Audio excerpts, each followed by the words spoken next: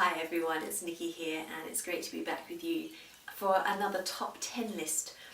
Now one thing I want to mention about these top 10 lists, I actually recorded a whole batch of them back around July, August last year. Part of the reason for that was I had the time to film then and I knew I was going away for a bit at the end of the year over Christmas and New Year. So I wanted to give myself a good supply with which to work to give me a chance to then get back into the swing of things. That does mean that I have in particular, I've got Ask an Author, Ask an Editor videos up till about August, already filmed and ready. After that I'll be working on new material. With these I've actually got a supply through this year and into next year. Some of those I may refilm, and in between them I will intersperse a few newer filmed ones like this. The reason I mention that is because my sister made a point which for some reason hadn't occurred to me, and she said to me, why are you doing your top 10 videos starting with the number 1 and rather than working up to it from counting down from 10? This was a very good question and I honestly can't tell you why I filmed them all that way, except to say that I guess as I was writing the list down, my top choices were the ones that came to my head first. So all my lists that I read from are 1 through to 10, and it's a natural inclination to read down the list rather than flip it and try to read from the bottom up. But that does mean that unlike most top 10 videos, I do mine starting with the best one and working down to the least good, which I grant is a bit weird now that I've stopped to think about it. So you will notice that some of the newer ones I film, I am going to try and do them in the right order to create a bit of tension and excitement as we lead up to the number 1. But you will still see a few doing it the old way, starting at 1, working to 10, because I just have these ones all filmed already. So I may refilm 1 or 2 if my thoughts have changed in the last year, but if I'm pretty much going to be picking the same stuff, I'm not going to spend the time refilming them. So that just explains that, which brings us on to today's topic. And the reason I'm slotting in a new one here is because I wanted to do a top 10 of Red Dwarf. The reason for that is I found out a few weeks ago that it is the 30th anniversary of Red Dwarf this year. Really hard to believe. The show is almost as old as me. Obviously I didn't watch it when it first started, I wasn't old enough, I was only about 5, 6 when it came out originally. So it was a few years until I was around 10 to 12 I think it was, I started to watch them on TV, both the newer series and repeats. But it's a show that's been with me obviously for over 20 years now, and it's a show I absolutely adore. And having discovered it was the 30th anniversary, I decided to do a rewatch. So you'll see in my end of the month video I just posted on my TV and film for the month for March that I did the big huge rewatch starting at season 1 working through. As I was thinking about it, watching it, loving the show again, because it's one of those shows that no matter how many times I watch it, it's still funny and I can know the gags that are coming. I can run off lines as the actors are saying them because I know them so well, I've seen them so many times, and yet they're still brilliant and they're still funny and I never get bored of them. Same with another Chris Barrie show, The British Empire. They're both the same, I just can rewatch and rewatch and rewatch. So it seemed like a good time to celebrate the 30th anniversary and my recent rewatch to do a top 10 of my favourite Red Dwarf episodes. So that's what we're going to go to now, and this time we're going to start with number 10. So we've got the list here, written correctly this time, starting at number 10. And my episode choice for number 10 spot is Thanks for the Memory. And this was an episode that came in season 2 of the show. And the basic premise of the story was that Rimmer and Lister have gotten drunk and Rimmer has let on that he's only had sex once in his life. And Lister starts to feel sorry for him because Rimmer's never known love. He's only sort of had this one sexual experience and he's never known what it's like to have a girlfriend and have that romantic experience. So Lister decides to give him a gift. And the gift he gives him is a memory of one of his own old girlfriends. And so then chaos ensues as Rimmer's suddenly starts thinking that he's had this like sort of 6-month odd period of his life that completely is at odds with everything else that's gone before and after. And eventually, I don't want to ruin the episode, but eventually he does find out what happens and there's more hilarity that ensues from that. So I really love this episode. I think Rimmer's just so sweet in this episode. You will notice that in some ways my list of Red Dwarf favourite episodes is a list of favourite Rimmer moments. And that's because for me Rimmer is the absolute best character in the show. I've been absolutely madly in love with him ever since I started watching. I think he's wonderful. Chris Barry is just brilliant in the role. And so Rimmer is like the main focus of the list. Moving along, in number 9, a season 4 episode called Justice. And in this episode, the boys all go to a prison world, and they are told they're going to have a mind probe which will check for any sort of guilt, any crimes they've committed that haven't been answered for. And Rimmer is pretty confident that he's okay, but he has a go at Lister, you know, you're never going to make it. Of course, Lister passes, and Rimmer is then accused of killing thousands of people because of the misrepaired drive plate that blew up the crew in series 1. Again, this is such a great Rimmer moment because you see how he blames himself for this accident, and he was partly the cause, but he was left on his own to make this repair, and he is a little bit incompetent. So it should never have been his responsibility to do this on his own, and they managed to persuade the sort of judge figure that obviously Rimmer wouldn't have been in a position where he should have had that responsibility to begin with. And so the blame is just his own guilt that he's assigned himself rather than any actual culpability. Number 8 is moving on to season 6. Now, I will just have a brief pause and just say the episodes I've picked, season 6 is the last series in which I pick a top episode. And that doesn't mean I think series 7 through to 12 are bad. I do like them, they've had some great moments, but in terms of just standalone episodes where I love the whole episode and it's not just about a scene or two, then most of those do come from those first 6 series. Anyway, so the episode I picked from season 6 is Emo Hawk Polymorph 2. The first Polymorph was brilliant, but there's just something I really love about this second one. And I think it's the way the cat turns into Dwayne Dibley and Rimmer becomes Ace Rimmer by having his bitterness removed. He gets to be a bit heroic for a change, save the day, sacrifice himself kind of deal, and so that's really nice to see how he reacts once some of those negative emotions are gone. Moving all the way back to series 1 and the final episode of series 1, which was called Me Too. At this point in the show, Rimmer has a second hologram copy of himself because he's duped Lister in a previous episode. And at first they think everything's wonderful, they're going to move in together, he's leaving Lister, he's going up in the world, living with himself, but of course, inevitably, he soon discovers that living with yourself is harder than he thought it would be. There's some wonderful moments in this episode, although one of the funniest things is actually the continuity mistake. One of the scenes where the Rimmers are arguing back and forth just before Lister decides to wipe one of them, some of that scene was cut. And because of that, the episode actually ends with Lister wiping the wrong Rimmer. He's supposed to be keeping the original Rimmer and getting rid of the copy, but because they've cut that bit of scene where they made a final swap of position, he ends up deleting the wrong Rimmer. So that's always quite amusing as well. But this is another great show for Rimmer, just because you sort of see a different side of himself and he sees a different side of himself as well. Number 6. I don't know if I've been saying these numbers properly anyway. That last one should have been number 7 anyway. Number 6. It's because it's so different. I'm just used to going 1, 2, 3, 4, 5, 6, 7, 8, 9, 10. I can't read backwards, obviously. Number 6, Marooned from series 3. Marooned is another episode that really gives you different insight into Rimmer, I think.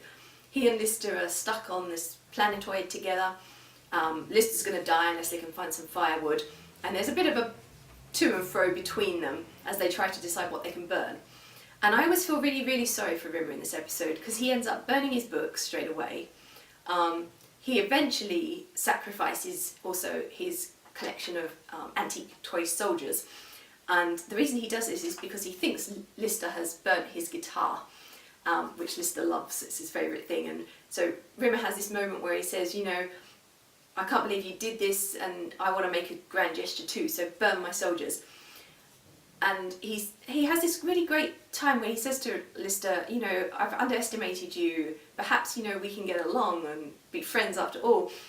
And then we discover that Lister has not burnt his guitar, he's actually cut a guitar-shaped piece of wood out of Rimmer's antique, priceless box that means a great deal to him because it was something his father gave him. And it's just really tragic because Rimmer's come across quite well in this episode. You know, he's made a sacrifice. We found out some of the things that mean stuff to him, like this box his father's given him. And after his noble gesture, Lister just like ruins it all. Number 5, and we're hopping over to series 4 for Dimension Jump. Now this is of course the episode that introduces Ace Rimmer, who is Rimmer's counterpart from an alternate dimension. And Ace is everything Rimmer's not. He's heroic, he's brave, self-sacrificing, has, you know, blonde hair that he flips continuously, a bit of a James Bond kind of character. And obviously he then meets the Rimmer in the universe we know, who is completely different, and they really don't get along at all. I like this episode because again it shows you, I guess, how Rimmer could be if he didn't have all his neuroses, but in some ways I think it also shows the main Rimmer in a good light, because Ace, for all his nobility and heroics, he is a bit of a smug bastard at times. I mean, he's very full of himself, and I think, you know, in many ways, if I were given the choice personally of whether I wanted to date Ace Rimmer or Rimmer, I would pick the original Rimmer because I find him much more appealing overall than Ace. Number 4, hopping back over to series 6 for Rimmerworld. In this episode, of course, Rimmer is marooned on a planet with terraforming equipment, and he's going to be stuck there for 600 years before the rest of the crew can catch up with him and rescue him. And in the meantime, he decides to clone a female version of himself, only this doesn't quite work. He keeps trying and persevering, but all he gets are more and more men. And eventually all these copies of himself overthrow him and chuck him in the dungeon where Lister and the others find him when they finally get there. This is, again, full of really hilarious Rimmer moments, such as when he makes Lister and the others avert their eyes while he kisses his beauteous serving girl, who turns out just to be another male copy of himself. And again, you know, Rimmer, you kind of feel sorry for him because at the start of the episode he's been diagnosed with a heart condition, he's got to avoid stress, and what happens? He gets dumped on this world for 600 years. I do kind of feel that most of the show, nearly all the episodes, are kind of mocking Rimmer at a time when you just want to go, poor Rimmer, and just give him a hug. Next up we have another episode, and this one is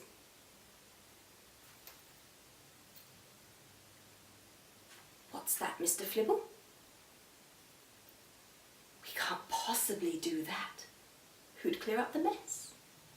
Yes, it's Quarantine, Series 5. All the top 3 episodes you will see are from Series 5. It's my absolute favourite season of them all. Don't you agree, Mr. Flibble? Yes. The best season, so many wonderful Rimmer moments. Quarantine, of course, Rimmer contracts a holovirus, which sends him a little bit doolally. He starts wearing a gingham dress and army boots and walking around with Mr. Flibble, who you can see just here. Hilarious episode, some great one-liners for Rimmer, and it's just one of those that you just crack up every single time. Moving along to the next Series 5, and which is in the second spot, Holoship. Now in Holoship, Rimmer has the opportunity to join an elite hologram crew, I guess we'd say, aboard a hologrammatical ship. It's everything he could ever have wanted, but to get there he has to beat an opponent in a challenge, a mental challenge. To do this he tries a mind patch, illegally inputting information from other people's minds into his own. When this doesn't work, he thinks it's all finished. But on the holoship he's met a woman, Nirvana Crane, and she has fallen in love with him and decides to sacrifice herself, because she's his opponent, to give him the chance. And this is a really lovely episode for Rimmer. He has the opportunity to show himself in a good light without there being any other factors involved. He's so sweet in his relationship with Nirvana Crane, and when he finds out what she's done for him, he sacrifices his own ambition in order to save her. It's really brilliant. I mean, the scene after they've had sex when they're in bed is just hilarious. He looks so adorable because he's really worried about how he performed and what she thought of him. It's a great episode. He has that really awesome outfit for the Holoship as well. Which brings us to the number one spot, my all-time favourite Red Dwarf episode, also from season 5 as I said, and it is Terraform. What can we say about Terraform? It is the episode where they visit, unknowingly, a sci-moon. And this moon will terraform itself according to the psyche of one of the people on its surface. It latches onto Rimmer, and it changes the planet in a way to mirror the inside of his mind, essentially. And the predominant emotion that Rimmer knows in his day-to-day life turns out to be self-loathing. And I think this is just incredibly a sad episode, really, because all Rimmer's good character traits like charm and honour, we see them as little gravestones, and they all died when he was 12 or 9, and which says a lot, I think, about Rimmer's upbringing, his experiences as a childhood and a young adult, and how they've all formed his personality in the way he is in the show. And his self-loathing is a terrifying monster that kidnaps him, chains him to a wall, strips him down to a loincloth, and oils him. And can you see why this is my favourite episode, by the way? I'll just pause there and just let you enjoy that image for a moment of Chris Barry stripped and oiled. So the others have to come and rescue him. As I said, it's a really poignant episode in many ways, and I always feel a bit sad for Rimmer, especially at the end when the others come and rescue him, but they do so by lying, essentially. And then he discovers that he has this moment where he thinks maybe they will like him and they can be friends with him after all, and then they just tell him it was all like a scam to get away. But it is a really wonderful episode. It's probably the one I've watched the most, because even if I'm not doing a full rewatch, every now and again I like to watch Terraform. In fact, actually when I was younger I wrote a fanfic. I don't even know if I've got a copy of it anymore, but I do remember it, where I wrote a story where I was sitting watching the episode and got sucked into the TV and into the episode and helped rescue Rimmer. So that was good fun anyway, a little sort of sidestep from the point for a minute there, but yes, it is my favourite episode, always will be probably. And that brings us to the end. I've managed it, 10 through 1, possibly saying the numbers right, it's hard to tell till I play it back and look. Hopefully I went in the right order. That's all for today, obviously. I will be back next month with another top 10, and you'll see me before then with some of my Ask an Author question type videos. I hope you enjoyed this. If you're a Red Dwarf fan, write me a comment below and tell me your favourite episode or episodes, which ones would make your lists. If you're not a Red Dwarf fan, what are you waiting for? Go and watch it. It's one of the most awesome shows ever, and I highly recommend it, so do give it a try if you don't know it. That brings us to the end anyway. All that's left to say is see you later, Smegheads, and I'll be back next week. Bye for now, everyone.